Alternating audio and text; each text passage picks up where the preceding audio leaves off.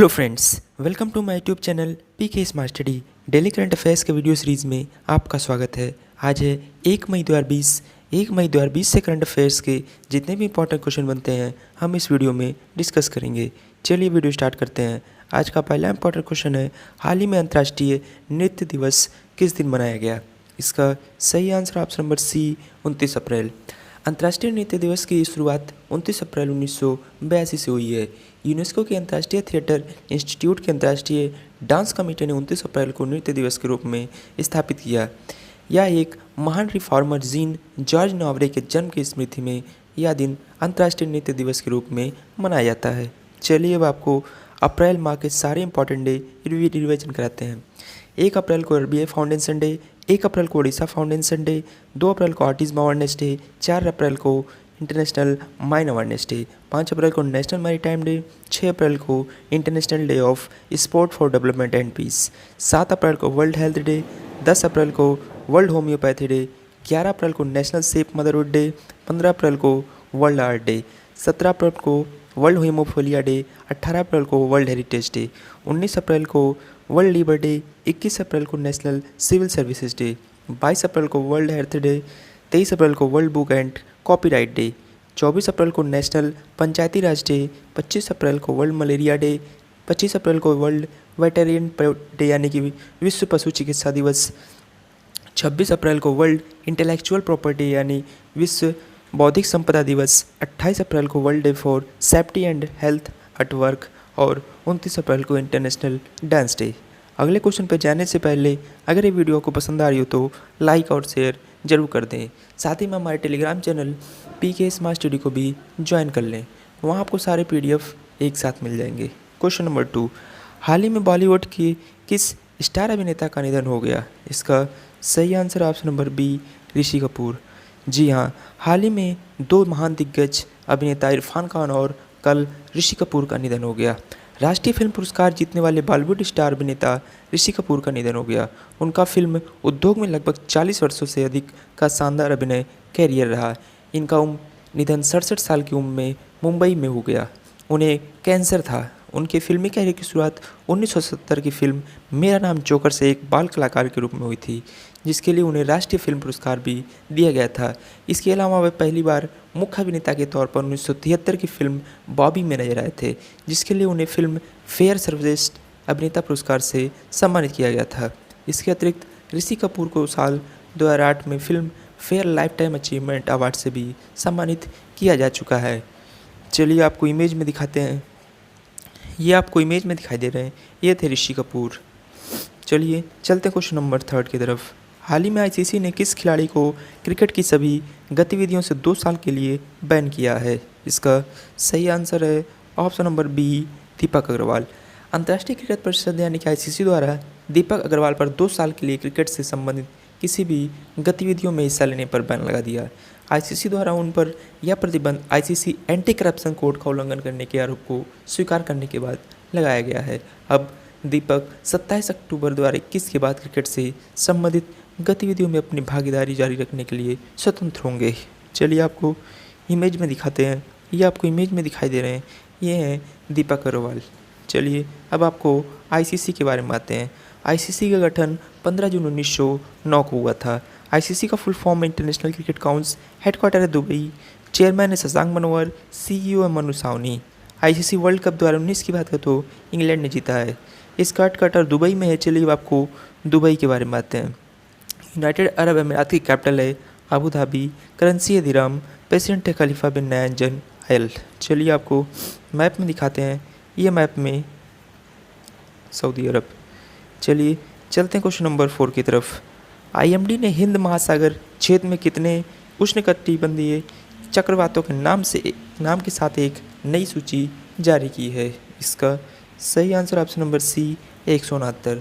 भारत के मौसम विभाग आईएमडी ने हिंद महासागर क्षेत्र में बंगाल और हिंद महासागर सहित 169 उष्ण कटिबंधीय चक्रवातों के नाम के साथ एक नई सूची जारी की है। विभिन्न महासागर घाटियों पर बनने वाले उष्णकटिबंधीय चक्रवातों का नाम संबंधित क्षेत्रीय मौसम विज्ञान केंद्र RSMC और उष्णकटिबंधीय चक्रवात चेतावनी केंद्र TCWC विशेष द्वारा दिया जाता है। चलिए चलते हैं क्वेश्चन नंबर 5 की तरफ। हाल ही में एडीबी ने किस राज्य को ऊर्जा क्षेत्र में सहयोग करने के लिए $346 मिलियन के ऋण को मंजूरी दी है? इसका सही आंसर है option number A, Maharashtra. Asian development bank ने महाराष्ट्र के ग्रामीण क्षेत्रों में भरोसेमंद बिजली कनेक्शन प्रदान करने के लिए महाराष्ट्र राज्य सरकार को $346 मिलियन लगभग 2616 करोड़ रुपए का ऋण देने की सहमति जताई है। यह ऋण महाराष्ट्र में नए ग्रिड से जुड़े ग्रामीण कृषि उपभोक्ताओं के लिए राज्य सरकार के उच्च वोल्टेज वितरण प्रणाली कार्यक्रम का समर्थन करेगा। चलिए अब आपको महाराष्ट्र के बारे में बातें हैं। महाराष्ट्र का गठन 1 मई 1960 को हुआ था। वर्तमान मुख्यमंत्री हैं श्री उद्धव ठाकरे, जो कि आपको इमेज में दिखाई दे रहे हैं। Governor Shri Bhagat Singh Koshyari, capital Mumbai. First CM Yashwantrao Chavan, first governor John Colville. Lok Sabha seat 48, Rajya Sabha seat 19, total district है 36। स्टेट ट्री है मैंगो, फ्लावर है jarul, animal Indian giant squirrel, bird yellow footed green pigeon. State dance है लवानी, नेशनल पार्क है पेंच, चंदोली संजय गांधी। डैम्स है कोयना, जैकवाड़ी और मूला। मेन रिवर है कोयना, ताप्ती, कृष्णा, गोदावरी और नर्मदा। चलिए आपको मैप में दिखाते हैं महाराष्ट्र। ये मैप में महाराष्ट्र। चलिए चलते हैं आज के क्वेश्चन नंबर 6 की तरफ। हाल ही में किस देश के सदर्न ट्रांजिशनल काउंसिल अलगाववादी समूह ने घोषणा किया कि वह अपने नियंत्रण वाले क्षेत्रों में स्वशासन स्थापित करेगा? इसका सही answer option number A, Yemen. Southern transitional council ने अपनी सेनाओं को दक्षिणी बंदरगाह अदन के लिए रवाना किया। सदर्न ट्रांजिशनल काउंसिल सऊदी अरब के नेतृत्व वाले गठबंधन के प्रमुख समूह में से एक है, जो हूती विद्रोहों के लिए खिलाफ लड़ रहा है। सऊदी अरब के नेतृत्व वाले गठबंधन ने कोविड-19 महामारी के चलते संयुक्त राष्ट्र की पहल पर एक तरफ युद्ध विराम की घोषणा की तथा उसे पुनः 1 महीने के लिए और बढ़ा दिया, लेकिन हूती विद्रोही ने इस बात को स्वीकार नहीं किया और हिंसा जारी रखी है। चलिए चलते हैं क्वेश्चन नंबर 7 की तरफ। कोविड-19 महामारी के खिलाफ लड़ने के लिए प्रभावी कीटाणु शोधन और स्वच्छता के लिए एक नवीन तकनीक इलेक्ट्रोस्टैटिक कीटाणु शोधन मशीन को किसने विकसित किया? इसका सही answer option number A, CSIR। CSIR केंद्रीय वैज्ञानिक उपकरण संगठन CSIR और CSIO चंडीगढ़ ने कोविड-19 महामारी के खिलाफ लड़ने के लिए प्रभावी कीटाणु शोधन और स्वच्छता के लिए एक नवीन प्रौद्योगिकी इलेक्ट्रोस्टैटिक कीटाणु शोधन मशीन को डिजाइन और विकसित किया है। चलिए चलते हैं क्वेश्चन नंबर 8 की तरफ। हाल ही में आंतरिक विस्थापन यानी कि ग्रिड पर वैश्विक रिपोर्ट किसने जारी की है? इसका सही आंसर है option number B, IDMC। Geneva स्थित आंतरिक विस्थापन निगरानी केंद्र यानी कि IDMC ने 29 अप्रैल को आंतरिक विस्थापन 2020 पर अपनी वैश्विक रिपोर्ट जारी की। इस रिपोर्ट में कहा गया है कि 2019 में भारत में 5 मिलियन लोग विस्थापित हुए, जो कि आपदाओं के कारण दुनिया में सबसे ज़्यादा थे, जिनमें चक्रवात और मानसून बाढ़ शामिल थे। बात करें IDMC की तो इसका फुल फॉर्म है इंटरनल डिस्प्लेसमेंट मॉनिटरिंग सेंटर। चलिए चलते हैं क्वेश्चन नंबर 9 की तरफ। हाल ही में किस स्मार्ट सिटी ने कोविड-19 नमूना परीक्षण के लिए मोबाइल कियोस्क का उपयोग किया? इसका सही आंसर है ऑप्शन नंबर सी, अगरतला। चलिए चलते हैं क्वेश्चन नंबर 10 की तरफ। हाल ही में किस देश ने पहली वर्चुअल पीटर्सबर्ग क्लाइमेट डायलॉग की मेजबानी की? इसका सही answer option number A, Germany. केंद्रीय पर्यावरण, वन और जलवायु परिवर्तन मंत्री प्रकाश जावड़ेकर ने 28 अप्रैल को पहली वर्चुअल पीटर्सबर्ग क्लाइमेट डायलॉग में भारत का प्रतिनिधित्व किया। पहला virtual climate dialogue Petersberg climate dialogue का 11वां सत्र था। इसकी मेज़बानी जर्मनी ने 2010 से शुरू की है। चलिए अब आपको जर्मनी के बारे में बताते हैं। जर्मनी की कैपिटल है बर्लिन। प्रेसिडेंट है फ्रैंक वाल्टर। चांसलर है एंजेला मार्केल, जो कि आपको इमेज में दिखाई दे रही हैं। Currency euro.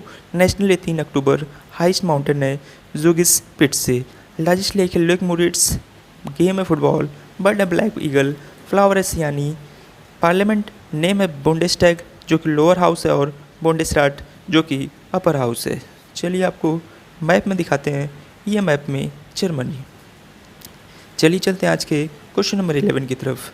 केंद्र सरकार ने बंदरगाहों पर काम करने वाले कर्मचारियों की ड्यूटी के दौरान कोरोना वायरस से संक्रमण होने से मौत होने पर उनके परिजनों को कितने लाख रुपए का मुआवजा देने की घोषणा की गई है? इसका सही आंसर है ऑप्शन नंबर सी, 50 लाख रुपए। केंद्र सरकार ने कहा है कि कोविड-19 के कारण मृत्यु होने पर मुआवजे की यह घोषणा 30 सितंबर 2020 तक के लिए है। उसके बाद स्थिति की समीक्षा की जाएगी।